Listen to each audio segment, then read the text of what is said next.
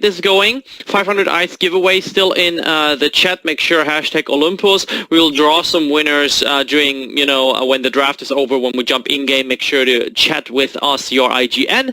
If you don't let us know your IGN, we will just reroll after a minute. Sorry about that, but I hope that you guys win this. So let's jump into the draft. I'm excited for the game, and there we go. Amigos on Tour is on the left-hand side here with Corky and Reliable Union on the right-hand side with Lampo here, first guy to draft. Let's see what is going to be banned.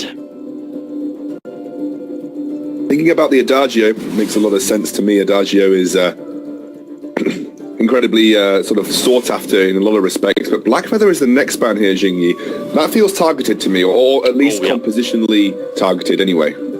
Yeah, definitely agree, because although we've been seeing a little bit more Blackfeather in ranked games and in these tournament matches, I would definitely say he feels like more of, agree with you, he feels like more of a compositional ban. But I'm surprised they're not picking up the Kester or the Catherine at this point from either of those teams. Going to be the Lance prioritization here. This is something that we've seen a lot of in the EVA lane. People really loving to prioritize Lance right now, but it's going to give Kestra and Lyra over to the opposition. Thinking about a Kestrel here, sorry, we're thinking about a Celeste here. What would pair nicely with the Celeste at the end of this draft? I think with the Celeste, I would pick, you see, because we've already locked in the Lance, and he's probably going to be a roam because we've not been seeing the jungle. I'd have ideally like to see that Catherine, especially because Catherine's counter the Celeste, and you also counter the caster from the other team at the same time. And Catherine's really good going to Lyra as well because of the way her bulwark works. You can silence them, and if you silence a Lyra, you leave her very much vulnerable. They are thinking about the glaive. I would be on board with the Catherine because it puts Lance into the core position, which I much prefer. But they are going to go for glaive here, almost serving a similar purpose in that respect. What would be what would you pick as a final ban to round out for the red side? It's I would have a very tanky front line right now, and Rhyme actually would be fantastic going into Lance and glaive. I'd very much approve of that. Wow, the Rhyme coming through. Traditionally, always been very good against melee heroes, right, Jingyi? Yes, indeed. He's had a bit of a buff. It's just setting you up for a really easy, nice question there. Yeah, he's had a bit of a buff this time. So a lot of melee heroes into 1.23 have been buffed, but so has Rhyme. His maximum fortified health has been increased as well, which is absolutely incredible going to melee heroes. And you'll see a lot of teams, what you'll see is if you see a lot of melee heroes trying to take down that Rhyme, it's like he just doesn't seem to die because of that fortified health. And going into this Lance and this glaive, I think it's going to be a fantastic pickup, and they're certainly going to be very challenged by it. And a lot's going to rest in Toxic Boy to try and deal with that Rhyme threat. So we're into the game here. We'll say goodbye to our lovely friend Tomek, and we'll head into this best of three right now between Reliable Union and Crew Esports, I believe. Amigos on Tour, left-hand side, Reliable Union, right-hand side. Love that name. Thank you very much. Amigos. You're welcome. Have fun. And Jingyi, where are we expecting to see the action take place in this game? Are we going to see early aggression coming out from this Lance Enclave? I would certainly like to see that. Especially with like Kestrel, they can really take advantage, especially with that afterburn. We've seen a lot of teams engaging with the Lance, which I feel doesn't work as well because that impale is a little bit hard to land. And by engaging with the afterburn, you get that stun down, and then you can chain up with the impale after. A lot of teams don't do this yet, and I feel it puts them a little bit of a disadvantage. But what I'm a little bit worried, it might make this a little bit hard to some ganks if we do see Lyra rotating up to help that Kestrel, because Lyra will make things very difficult to try and land those ganks. Absolutely. So here comes Rhyme and Lyra. They're looking to punish this melee. They're going to try to take some back camps away. They feel pretty confident to play into this glaive very early on as Corky is being thrusted away from his camps here. Lyra looking for the final basic attack, but Afterburn will save his life. But it's actually a win for Reunion because they get back camps. And that's probably the most important thing here. Actually, no. The dab stab takes one away. I like the dab stab. Yeah, it was very cheeky there coming out from him. So they are able to force Glaive back, and I think very early on it's very clear how well Rhyme does do against those melee heroes. Part of the reason was well, we had seen all of them shot, but because of the range, he was able to get that 40% health. And together with that Lyra and the bulwark, you negate the afterburn and you get additional healing on top of the Red Raven. So that's an incredible amount of sustain going towards him in these early jungle fights.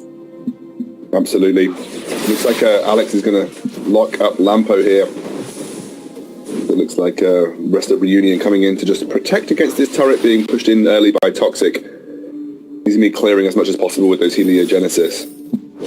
I really want to see this Ryan be aggressive as possible against this double melee. If you can tone down the aggression of the Lance Blade, then you kind of put yourself in a good position against them as the game progresses. Alex is going to commit himself to the field with that Impale, but will receive a little bit of punishment forthcoming. And look at this.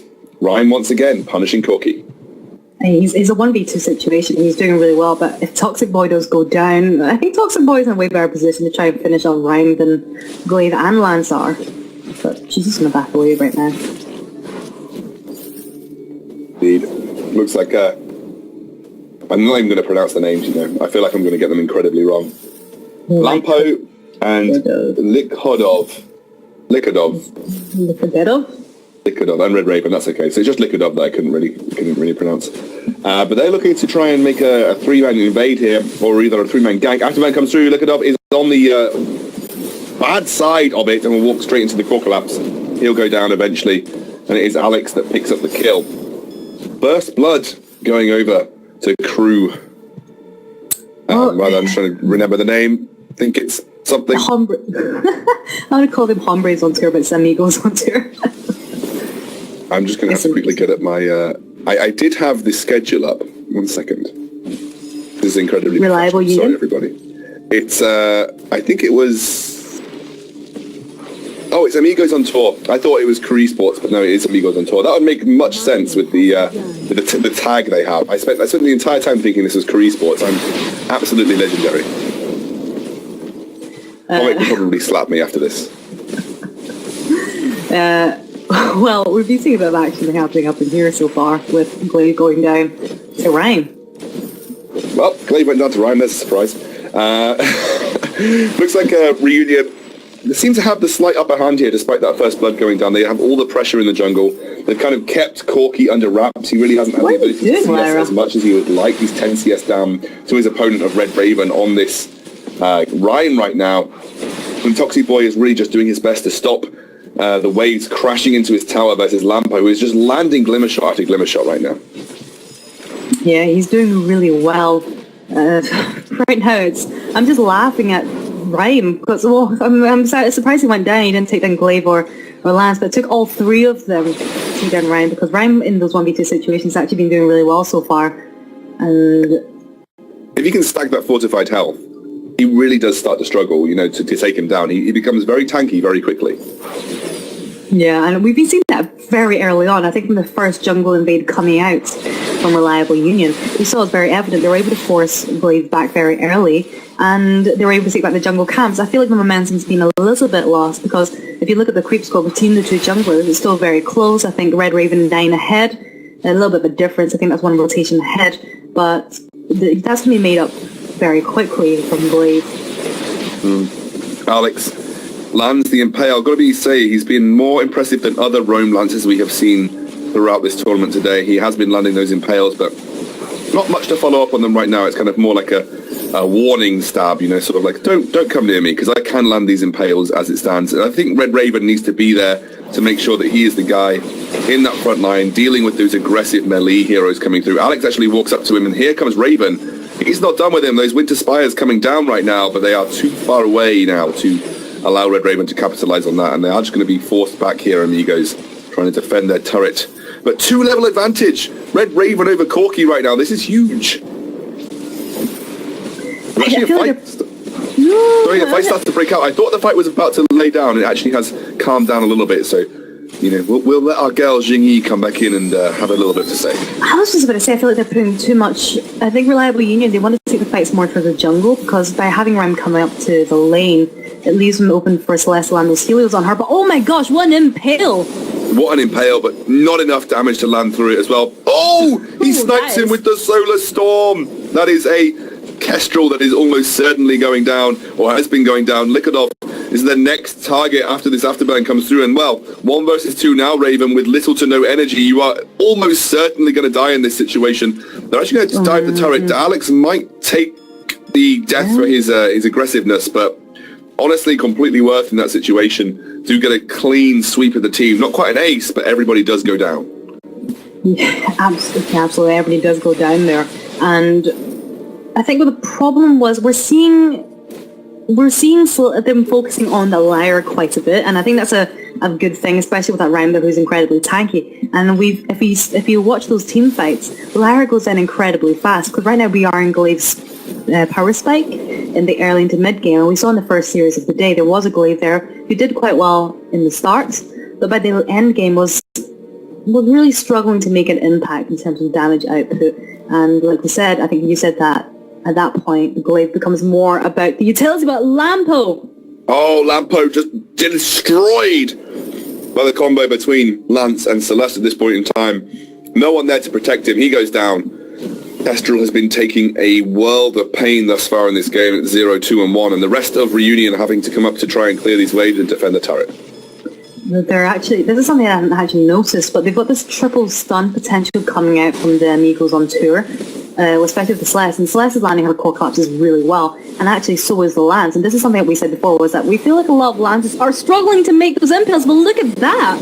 Yeah, Likadov now on the back line. Toxic Boy will have to back off here as Red Raven jumps in. The Valkyrie comes through, but not quite as impactful. Here comes the afterburn onto Likadov, who's forced to jump out with that ultimate coming through, and Red Raven now backs off, but the Solar Storm takes the snipe, and once again, Amigos on the forefront, on the aggressive play. They pick off another kill, 7-2 right now. Not able to do much with it, but it is good signs for them. This is what I mean about the fights being a little bit too lane orientated for my liking, because Lampo. I had to pause to watch that. What we're seeing is Rhyme, he's coming up and he's trying to get as much damage onto Glaive and Lance as possible. However, Celeste, she's just raining down the damage on him, and he doesn't have any shield right now, so it's very easy for her to burst him down, which for a Rhyme is not the easiest thing to do. And if they pulled the fights a little bit more towards the jungle and actually moved Lyra down into the jungle, I think the Lyra Rhyme combination in the jungle will be a very difficult one for them to deal with. But they're not doing that, and they're taking to the lane, which may not be the best idea. No, absolutely. Where would you like to see these teams go in terms of item choices? What's going to be most beneficial for them? How are they going to use those to win these games? Because you would feel like movement speed is pretty important for the double melee, but you'd also feel like Ryan really needs some movement speed too. Yeah, I would like to see him prioritizing those travel boots and maybe even going towards journey boots or the Halcyon Chargers. I'm glad he's gone for the Eve of Harvest first, because we noticed at the start he was having a few energy problems. They're running low quite quick. He needs that Eve just for that extra sustain and the energy as well. Hopefully he will be going for that Broken Myth next, and then prioritizing that shield, because he's really suffering against that Celeste. But that's what I expect from the Rhyme.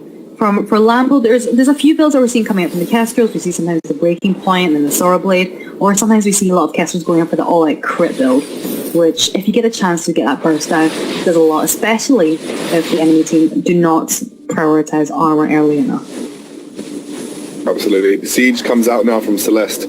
Ryan being forced to join as Corky and himself are still getting closer and closer in terms of levels, but Corky takes so much damage he's forced to afterburn out. The Bright Bulwark comes to stop Alex making a movement play as well. Valkyrie not as impactful as it would have liked to have been, and Corky is able to just blast on out of there on this Glaive. This is a good fight for Reunion Esports. They are slightly better off on the outcome here, but still Celeste untouched, and that's going to be a problem as this game progresses. Celeste really not receiving any punishment. Oh dear, Alex. Yeah, absolutely. That was quite good. Actually, I kind of see what they were doing in that fight. They took the fight away from Celeste, leaving Ryan very open to get a lot of damage onto Glaive. But Celeste, the main threat, is very weak. But I'm thinking maybe you could adjust your tactic for the late game and then start focusing on Celeste later on. It's quite a difficult position for them to be in, but are they going to get the kill? Even able to aggress here onto this tier 1. They don't get the kill, but they should pick up the first turret for them, and it's the first turret of the game as well, which is pretty important. There's a big chunk of gold that goes in their favour, and finally that deadlock is broken in true European style. First turret going down at 11 minutes 30. And the gold is practically even, and it just kind of goes to show that despite, if you look at the scoreboard, Amigos on tour, they're 8 kills, and Reliable Union are at 2. However, they were the one that were able to force them back at the right moment and pick the times to go for those objectives. And that's something we don't see a lot of teams doing, is that they don't know when to focus on those objectives. And that was really nice focus. But actually, if you look at Reliable Union, their turret's very high risk of going down now, actually. Alex is being forced back. Celeste finally having some damage put down onto her. Likadov just being tentative with his engages. He's going to see the flare come through, but now it's just Corky and Alex versus two ranged. You don't really have the damage from Celeste to back it up, so that was kind of like a sort of a joke engage, sending a message, if you like. He wasn't really able to follow up on it, but the flank now coming up from Celeste. Toxic Boy is back into the fray. Can we see something happen for the Amigos? Can they make a play that is able to set up a solid fight for this very, very fully stacked gold mine? But in fact, Reunion, they're not even going to wait for the fight. They want the gold mine right now. Well, Casper's doing a good job of keeping Celeste distracted, and it is a good time, but we do see Glaive and Lance going in, so they're going to have to back away for now. I think this is a really bad fight, actually, for Reliable Union. Oh, it is Reliable Union's. Raven gets taken down, the major source of damage for them. Toxic Boy's going to be able to run away, and unfortunately the speed boost from Likadov is not enough to get Lampo there. He does get stunned up on the other side of the portal. He should go down now, and it is just Likadov, the support Lyra, versus everything that the Amigos have to throw at them. They're not bothered about the turret right now, but they will be after they don't get that afterburn or impale off. And it is a good turnaround, a very good fight. How did that happen, Jingy? Well, we started off seeing Rhyme and Lyra being caught out in the jungle. And Lyra, that's not quite the ace. We saw them caught out in the jungle in a 2v3 situation, and that was very bad because Rhyme was bursting extremely fast. And by the time Kester joined in, he was about a third health, and she had a really nice opening there on the Celeste, and she was able to use her glimmer shots to burst Celeste down. However, the main problem that happened was when Celeste started running away, and this is the kind of problem with single target focus, was that we saw Kestrel following her into straight past Glaive and Lance, which was actually a terrible position for her to be in, and she was really, really punished for it, because at that point Celeste had received the fountain, and Kestrel was right within the range of the Blood Song of Glaive, and just burst in extremely fast, so just not a great start to a fight, or a great end to the fight for Reliable Union. No, absolutely not.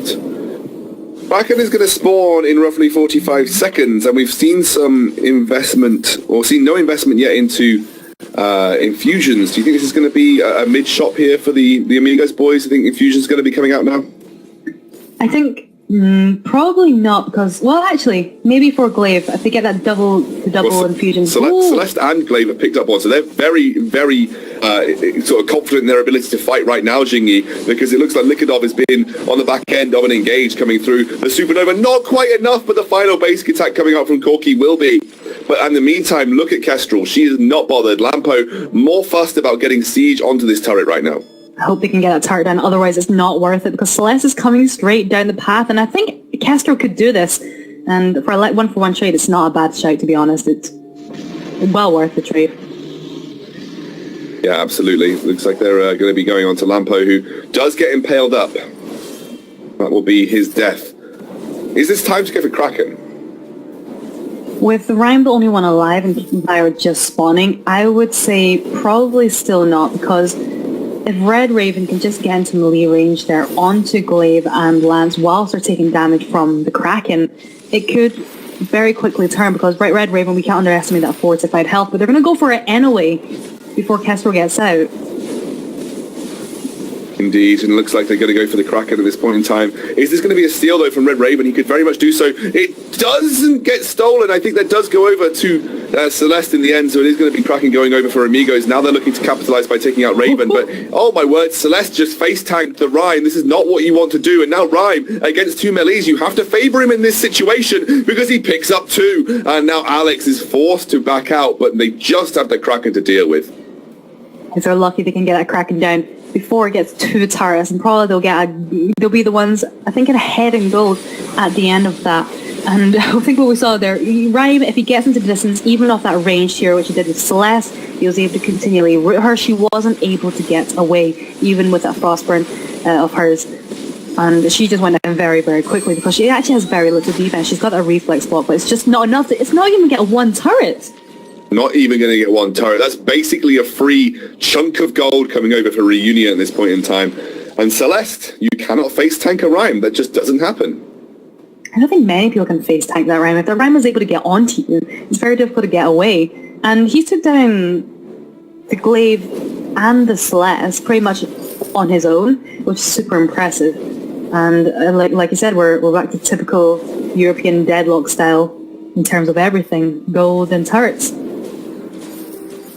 Yeah, absolutely. So, Ryan, the win condition, what's the win condition right now for Reunion? Is it getting Ryan into a position where he can successfully try and apply pressure to Celeste? I would say so, yes, because the only problem is if they can get the War Treads down or use the Arcane Passage and get the Bulwark straight onto Toxic Boy, because actually, if you watch the positioning from the team, Toxic Boy actually stays very close to his team a lot of the time, and if they can pick the right moment and just land straight onto Toxic Boy, it should be relatively easy for Ryan to burst him down. However, we've not seen too much of that, and what we're actually seeing is reliable union.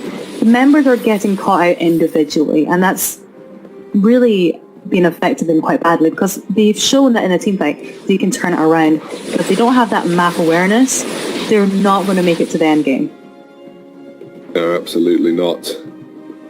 Reunion at this point in time, I think they've got to feel pretty tentative. It's this very classic European team to sort of really not commit fully in a lot of situations. But I say that Liquidov goes straight into a double core collapse. That is a massive misplay for Reunion, as at least one of their members goes down. And now Lampo cannot do much against this heavy-hitting Glaive. They do pick up one, but Celeste is there to pick up the rest. A nice juke by Liquidov, but he won't be able to juke two stuns. And oh my word, the double teleport into the double core collapse, Jingyi. And wow, Red Raven going down first, that's exactly. Huge. Well, he had that Aegis there, and the core collapse is great, but I think the biggest problem there was that they weren't able to anticipate and block it, because they knew that Toxic Boy hadn't used that core collapse, and they just timed it and blocked it. It would have left him in a great position to try and take down Toxic Boy, but because he was able to land that double stun there, it just completely changed the fight, and we saw how quickly Red Raven was able to go down, even with that Aegis. So they're going to be maybe thinking of capitalizing with Kraken here. They've got good position. They are just going to wait for Glaive to rejoin them. The snipe across the map does actually land onto Alex. Wasn't even looking to go for the steal onto Kraken because they were pretty certain that hadn't been started up. And now it's back to a status quo here. It feels familiar. It feels awfully familiar right now. Just between, I think for all the series today, for all the games, there's been a point where, I think there's only been one game where we thought this is a definite runaway winner so far. Yeah, this has been pretty tense. Despite those kills all in favour of Amigos, they haven't been able to really turn that into meaningful impact across the map, apart from taking those sort of turrets in the base. We've got another engage by Liquidov. They don't choose to go both in, and now it's three members chasing down Toxic Boy, where the rest are trying to peel for him. They are going to back off now. They are going to try and look to do a re-engage or a counter-engage for Amigos. They do pick off one, so Lyra is down. Now the massive Solar Storm comes down onto Lampo, but look at Red Raven. He's essentially doing his best to try and 1 versus 3. He goes down eventually, and now Reunion left with only Lampo available. He has used the active camo already. The Impale will land. The Reflex block comes out, but it is not enough. This should be the easy win with all of these ace minions, with all of the pressure coming from 3 of them. They should be able to take this first game of the series. I think that should be it. And what went wrong in that team fight? Well, at the start, we just saw, I think they were just focusing so much on Toxic Boy. Toxic Boy was able to get out of position back to safety. And the thing is with chasing a Celeste, you really can't chase Celeste as a 3 in a close cluster because it's so easy for her to kite back with those helos. And they were taking a lot of damage. They decided to turn back in the end. But at that point, it was a little too late. And, you know, if you look at the builds, neither Toxic Boy or Corky had armor, and if Lampo had the opportunity to try and get any amount of weapon damage, she would have done insane, but she just didn't get the chance to. She didn't get the opening, and I think they were a little bit